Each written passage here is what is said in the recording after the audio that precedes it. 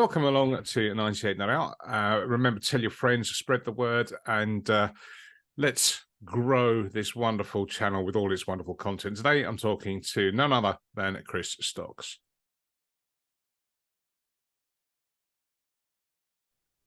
Chris, welcome along. Good to see you, and fresh off the plane back from India, I gather.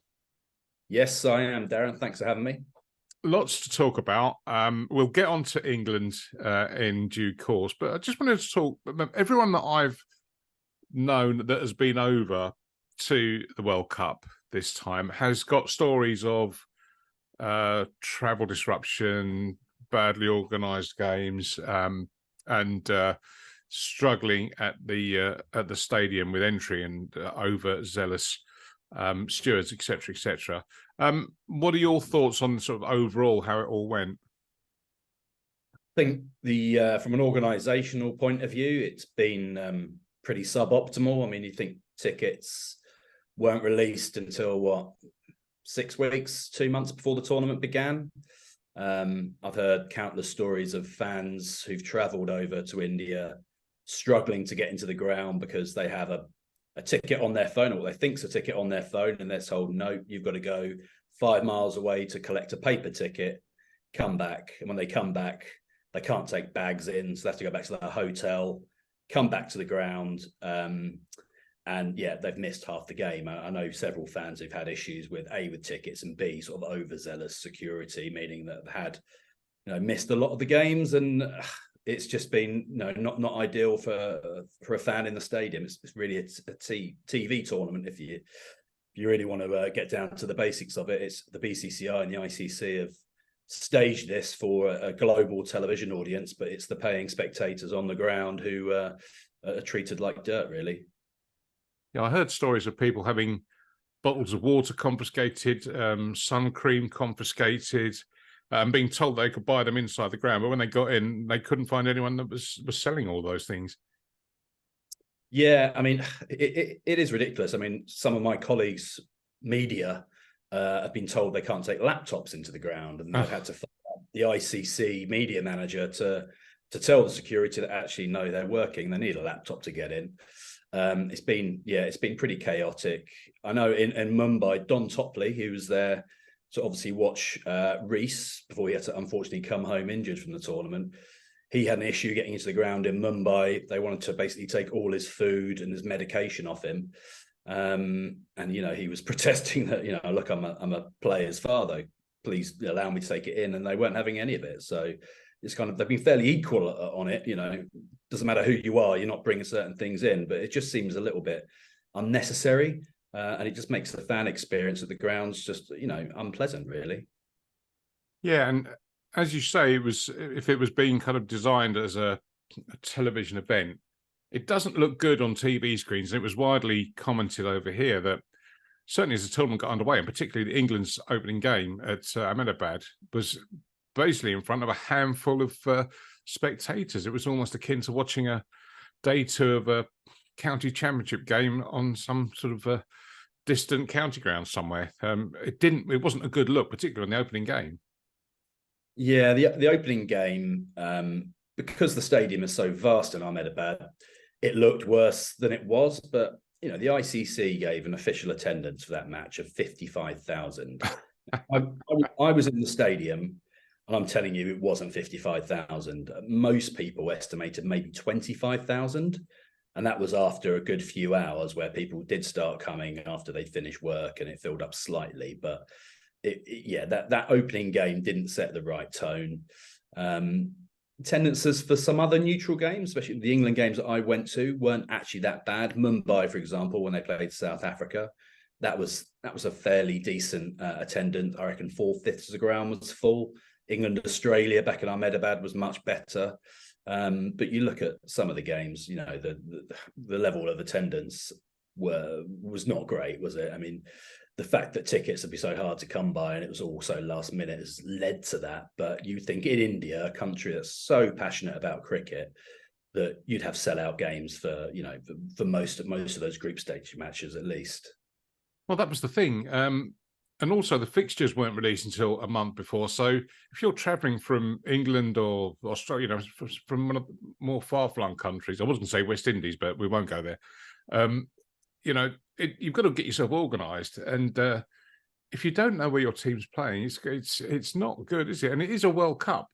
And as we're constantly reminded about India being so passionate about cricket, you would have thought that people would have been falling over themselves to go and watch any World Cup match in their country.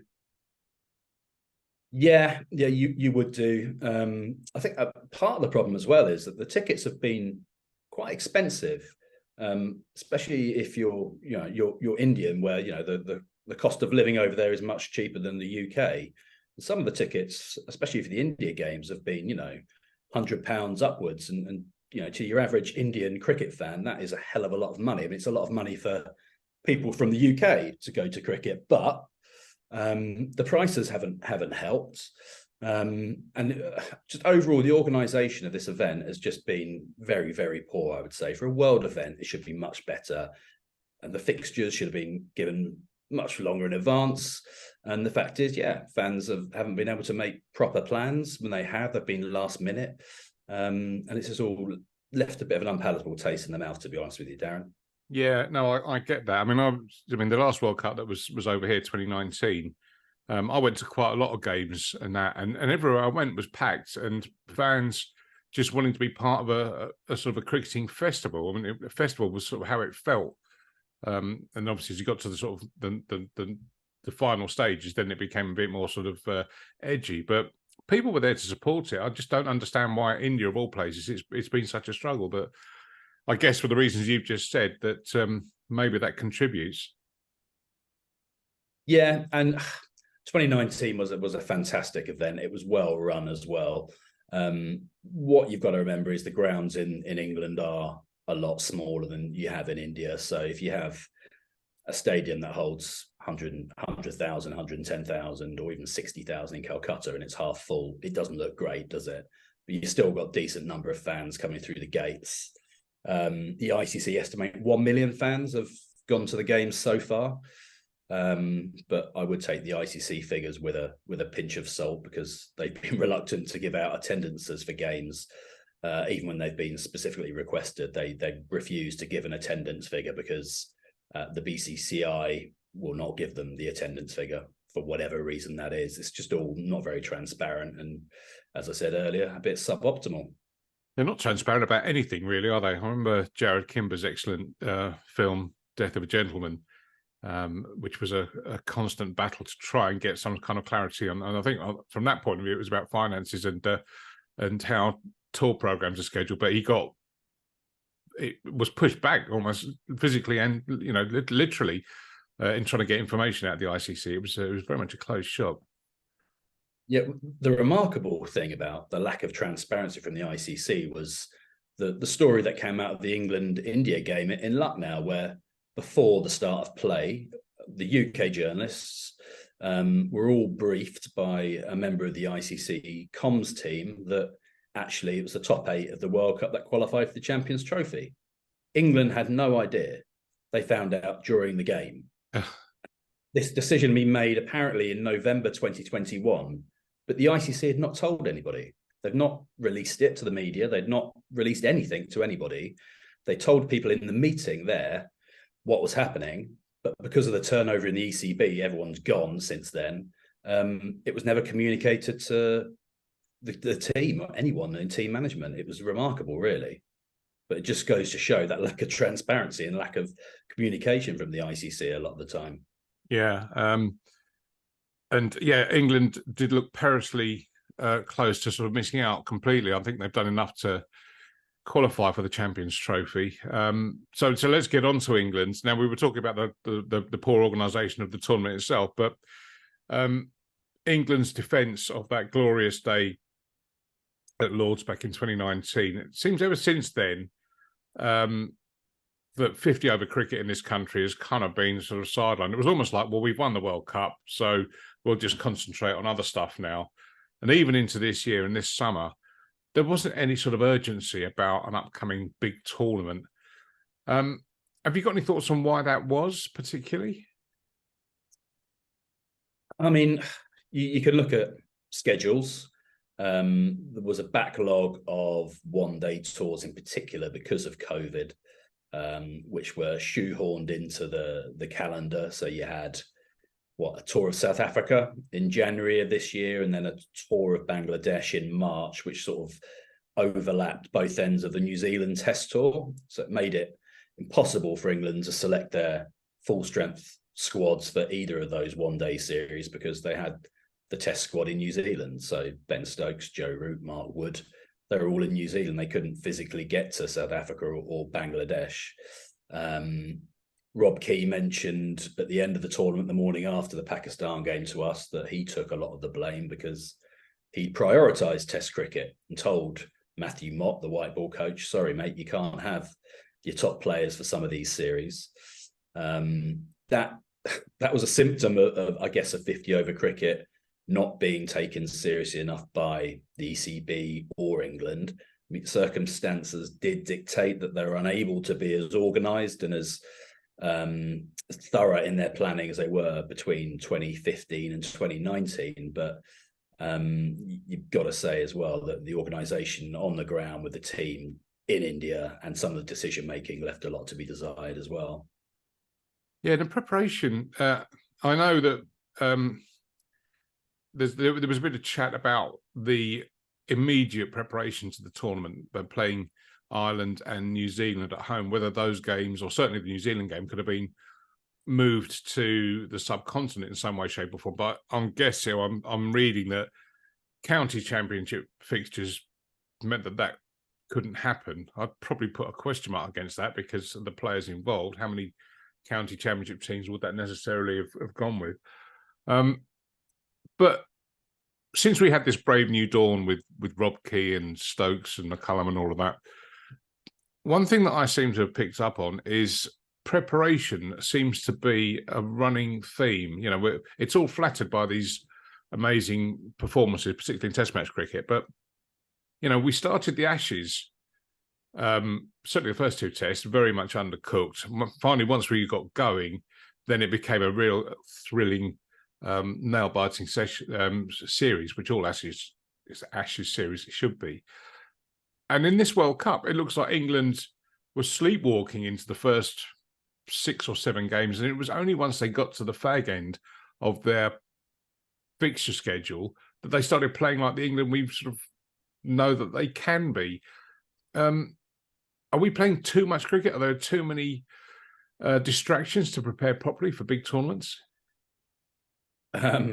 Are we playing too much cricket is a perennial question, isn't it, Darren? Yeah. And the answer to that is yes, they're playing way too much cricket. England play more than any other country in the world. You look at the number of Test matches, the number of one-day internationals, the number of T20s, and just tours in general. England are playing, the limit of their capacity that they can. There is only so much all format players can take. They're not robots. They need to have rest, and if they're not rested properly, look at Ben Stokes with his knee, Jofra Archer with that elbow problem. Players break down. I would say in terms of the World Cup, you look at New Zealand, they went to Bangladesh for an ODI series before it started. Australia were in India playing a one-day series. I think it's no coincidence both of those teams are in the semi-finals. England could have possibly had more warm-up games in India. They had a 12-day gap, I think, between the end of the New Zealand series and flying out to India. There could have been a chance of going out to India 5 days early and playing a couple more games. Could have done, but then you get to the workload question again. Could the players physically do it? And in terms of warm-up games in general, you mentioned McCullum and Stokes. I mean, warm-up games have completely gone out the window under their leadership of the Test team. And you can look at it and say, well, England have transformed themselves. They're now brilliant to watch. And results-wise, you can't argue. But you look at the India tour coming up after Christmas, England have no warm-up games for the first Test in Hyderabad. They go to the UAE for a training camp. They're not playing any warm-up games before they fly to India. And you just think, how are they going to go into that series so unprepared and have a chance of winning? You never know, because the way they play, it's just kind of, maybe it'll work, but I can't see anything other than a heavy defeat for England. It's probably going to take them a couple of tests just to get into the rhythm of cricket in India and getting used to the conditions, I'd think. Well, they won't have played Test cricket for quite a long time either, will they? They've not played any Test matches since the back end of July, and then they're expected to go into the absolute hotbed of a series in India. Management of this team, you mentioned about Rob Key. Rob Key seems to be doing a lot of defensive talking of the team, but Matthew Mott recently, and I think you highlighted, he gave a very terse press conference, and I don't think helped himself or helped the cause by responding in the way he did to questions with one-word answers and figurative shrugging of the shoulders. Is that something that needs to be worked on? Yeah, I don't know how you can work on that, but in terms of Matthew Mott, the more he spoke during the World Cup, the worse it got for him, because the results weren't getting any better. I mean, you mentioned the 2 wins at the end, but all the pressure really had gone, hadn't it? They were playing for Champions Trophy qualification, which in normal times, with England not being as competent as they were, would be an absolute given. So he got worse as the tournament went on in terms of communicating with us, and you just wonder, what is his communication like with the players behind closed doors? If you're that terse and you're speaking so unimpressively, what the hell is he like inside that dressing room? I think he's lucky to survive the sack from this World Cup campaign. I know it's not all down to the coach. There are other factors. And Rob Key kind of threw himself over Matthew Mott and took a hit for him, saying, it's not his fault. But I think Matthew Mott's very, very lucky not to be paying the price for this World Cup campaign.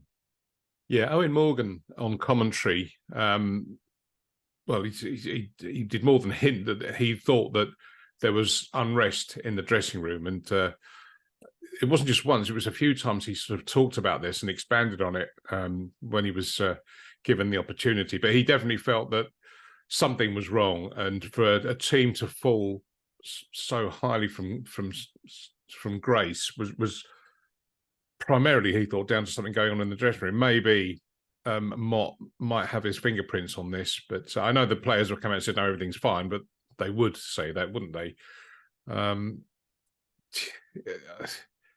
There seems to, we seem to be at a point now where there constantly need to be a reset of, certainly of the white ball team, the 50 over team.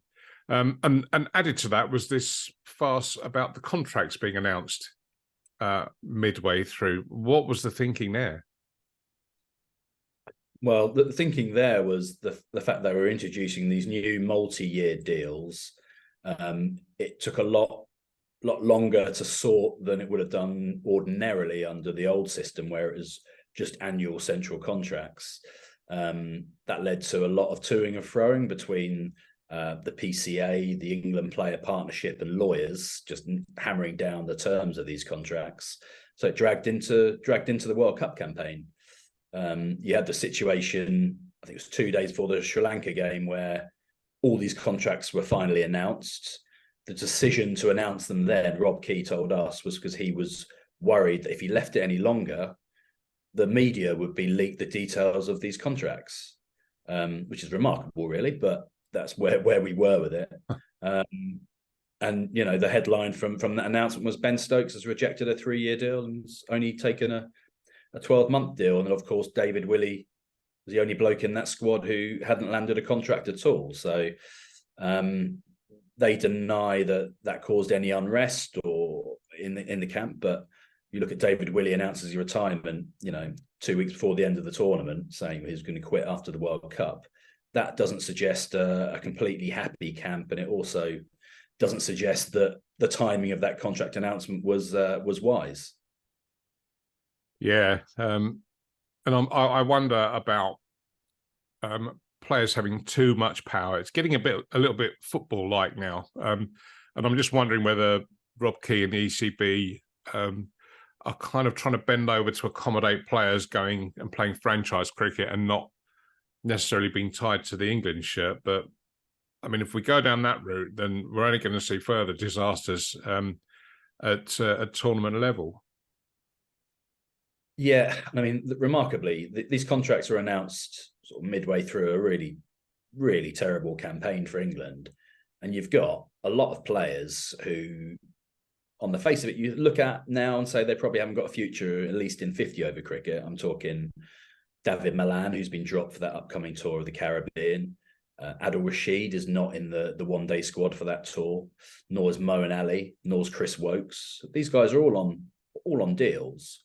And you've got the likes of Phil Salt, Will Jacks. You think two players who are going to be part of the future of the one-day team and the T20 team, not on deals at all. And yeah, they were brought in to kind of stave off the threat of players signing deals with IPL franchises and their various other teams they have around the globe. But the young promising players, or the younger promising players, a lot of them aren't on deals, so they can walk off. Will Jackson walk off and say, do you know what, I'm not going to play in the next one-day series, whenever it is. I'm going to go and play in the Pakistan Super League or the IPL or the ILT20. So I think the contract thing was a bit of a mess. They went too early, I think, on offering old players long deals, and they spent an awful lot of money on it as well. Yeah, and does that mean that they're kind of handcuffed to these guys on deals? You know, are they going to be pushed into picking them because they're paying them rather than trying to explore new talent? Well, you would kind of think so, but Milan is a prime example. He's literally just, the ink's barely dry on his 1-year deal, and he's effectively been told he's not going to play for England again. You know, Rob Keane said never say never, but he's not in the one-day squad, and he won't be in the future. He's 36, and in the T20 squad, he's not in that either. And he's been told he needs to up his game if he wants to get recalled before the World Cup. So effectively, Milan is being paid a year's money, several hundred thousands of pounds, for probably not playing any cricket for England, which is remarkable, really. I'm comparing it to 2015, where we were at a similar. Oh, excuse me. 2015, we had a miserable World Cup where we didn't get out of the group stage, and the team was reset. And it was the last time we saw the likes of Ravi Bapar at the time, to name one. But there were a few that weren't part of the process going forward to 2019. So there was a plan in place pretty much from the word go in that. But, you know, for the next World Cup in South Africa, the planning does look to be even more muddled than ever. And I think these contracts aren't making things easier at all for the way England are going to sort of set the roadmap out. Who do you think, let's try and put a positive spin on this, who has come out of this with credit, and where's the future looking for England, let's say for the next 12 months? You mentioned a couple of names, but who comes out of the World Cup with any credit? Well, funnily enough, the one batsman you think comes out of credit is David Malan. He actually did okay. The average 45, I think, and scored 100 and did all right, but he's not going to be seen again. Adil Rashid, look at his figures. He got 15 wickets at 26 or 27. Did really, really well, but he's obviously 35 and not one for the future. I think Harry Brook, him actually not playing for quite a few of the games, has made him look better. He actually did. He was the only batsman who stood up against Afghanistan in that game in Delhi where they lost. He is the future of English white ball cricket, and that one-day team in particular needs to be built around Harry Brook, I would say. And then you've got the other younger guys coming through. I think Will Jacks in particular is a guy I love the look of. England like him. He can bat as an opener. He can probably bat down the order as well, depending on the balance of the team. We've got Phil Salt, we've got Rian Ahmed, who's been selected for that Caribbean tour, and you think he's such an exciting talent that he needs to be nurtured over the next 4 years and kind of given the game time, especially in one-day cricket, to kind of find his rhythm in that, and it could be a potential superstar ahead of that 2027 World Cup. There is the talent in England. We have a huge depth of white ball talent, so it just needs to be. There needs to be a plan, effectively, like there was between 15 and 19. There needs to be a proper plan put in place so that come the next World Cup, the next ODI World Cup in 2027, England are rebuilt properly with a younger squad. They actually got a proper game plan. Everyone in that team knows their roles, and they can actually make a decent fist of the tournament and not, go down in a ball of flames like they did in this one. And a word about Reece Topley, who had his injury problems, but since he's sort of got his way through all that, his luck's been awful. Getting treading on a Toblerone boundary rope advertising foam sponge, injuring himself, and then in this tournament doing really well, but a freak accident in fielding off his own bowling. But I think if he can stay fit, he should be part of the team going forward as well. Absolutely. I mean, you mentioned kind of how unlucky Reece has been. We spoke to him after the Bangladesh game, which was England's second game of the tournament, and Reece did really well in that. He'd been dropped for not been picked for the opening game, unbelievably, but was recalled for that second game and did really well. And we were speaking to him after that, and he was mentioning, how unlucky he's been, and he was hoping this World Cup would be a change in fortunes for him, and he was looking forward to it. And then 2 games later, as you say, he breaks a finger trying to make a catch off his own bowling, and the poor guy's sent home. But in terms of long-term thinking, I think Reece is definitely a guy we should look at for that next World Cup in 2027, because if he can stay fit, he should be the leader of that attack, I would say. And he'll be young enough, I think, about 33 when that tournament starts, to make it as well. So let's just hope he has an extended run without injuring himself, and a run of games, and hopefully he can be the kind of leader of that attack going forward.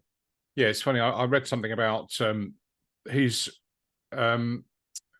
injury history might actually go in his favour, because despite his age, whatever it is, he hasn't actually played. He hasn't got, if he was a car, he hasn't got very many miles on the clock. So, keeping fit and injury-free, and a turn of good luck as well would help. And I think he certainly is there for the next 4 years, definitely. Overall, then, on this World Cup, if you want to just sort of sum it up in a nutshell, how was the tournament, and who do you think has stood out overall away from England? Who have been the star performers, and have you got a magical moment that will stick with you when you look back to 2023? Yeah, I mean, for all the lack of organisation, and you could also say there's been a lack of close games as well, it's still been a Cricket World Cup, and there has been some fantastic moments and some fantastic cricket. I mean, this is going out obviously before the final on Sunday, but India have looked a level above everybody else. I mean, the way they've not only played their cricket, but withstood the pressure of that 1.4 billion home fans kind of expecting them to win this tournament. The way they've done that has been so impressive. And you look at someone like Mohammad Shami. I mean, for me, he is the man of the tournament at the moment. He's just been amazing. In terms of magic moments, I mean, I wasn't there in the ground, but I was watching on TV. The Glenn Maxwell double 100 against Afghanistan was just remarkable innings. And by the end, he was making it look easy, even though he kind of could barely move. For me, that's a magical moment, but you never know, Darren. There might be a few more magical moments before Sunday evening. Well, let's just hope that it's a close game. It's a game worthy of the final. I know one of the other criticisms of this tournament is there's been far too many one-sided games and hardly any down to the wires. But let's hope that on Sunday we do get something that's going to be worthy of the occasion. Chris, I will let you crack on. Are you off to the Caribbean with England next month? No, I'm not. My next assignment is India after Christmas for those test matches. So, okay, so back again. All right, well, many thanks for joining us. Look after yourself, and we'll speak soon. It's Chris Stocks from The Independent. Cheers, Darren. Thanks, mate.